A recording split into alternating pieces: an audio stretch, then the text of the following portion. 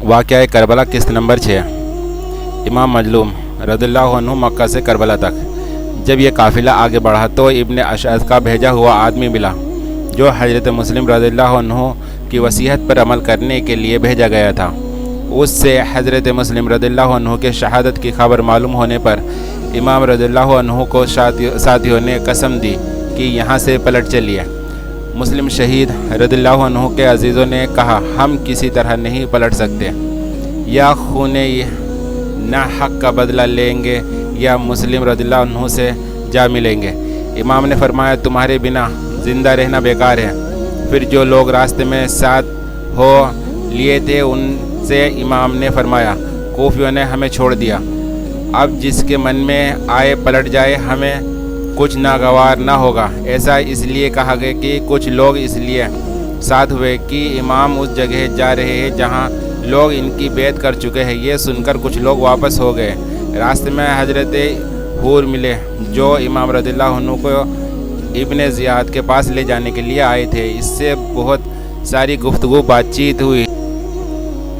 इमाम के हमराहियों ने वापसी का मशवरा दिया। हूर ने मुखालिफत की। इतने में इब्न ज़ियाद का एक आदमी खत लेकर आया जिसमें लिखा था कि इमाम पर सख्ती की जाए, और वे आदमी हूर पर इब्न ज़ियाद का जासूस था। जब इमाम ने सख्त नाराज़गी का इजहार किया तो हूर ने कहा, आप रात को किसी वक्त यहाँ से चले जाए, मैं इब्न ज़ियाद को कुछ लिख भेजूँगा। रात को इमाम अपने काफ़िले के साथ चले कि सुबह को इन लोगों से कहीं दूर निकल चुके होंगे। अब तकदीर की खूबियाँ देखिए, मजलूम की सुबह हुई भी तो कहाँ, करबला के मैदान में। ये सन 61 हिजरी की दूसरी तारीख थी। सामने अम्र बिन असद लश्कर लेकर इमाम के मुकाबले पर आ गया था। इसको इब्न ज़ियाद ने कुफ़ारे देलम के जिहाद पर मुकर्रर किया था, लेकिन इमाम रज़ियल्लाहु अन्हु की खबर सुनकर इसे इधर भेज दिया। इसके लोगों ने इसे बहुत मना करा, लेकिन ये इब्न ज़ियाद से इसके बदले में एक सूबे की हुकूमत के लालच में भागा चला आया और 500 आदमियों को फुरात के घाट पर भेजकर साहिब कौशर के बेटे पर पानी बंद करा दिया।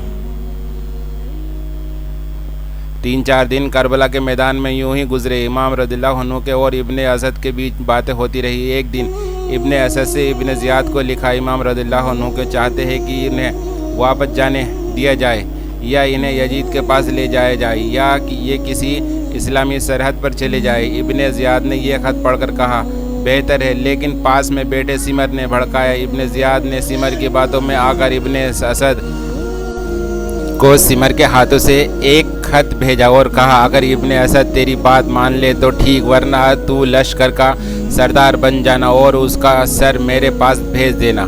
खत में लिखा था कि मैंने तुझे हुसैन रज़ियल्लाहु अन्हु का सिफारसी बनने के लिए नहीं भेजा, मैंने तुझे हुसैन रज़ियल्लाहु अन्हु को बैत पर राज़ी करने के लिए भेजा है। और अगर वे ना माने तो उन्हें और उनके साथियों को कत्ल कर दे। अगर काम कर दिया तो फर्मा बरदारी का इनाम मिलेगा, वरना ये लश्कर सिमर के लिए छोड़ दे।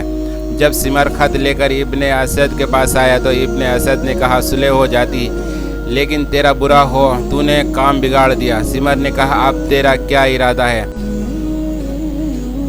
इब्न असद ने कहा, जो इब्न ज़ियाद ने कहा। आप हमारे चैनल पे नए हैं तो हमारे चैनल को सब्सक्राइब करें, लाइक कमेंट्स और शेयर करते जाएं। अस्सलामु अलैकुम वरहमतुल्लाहि वबरकातुहू।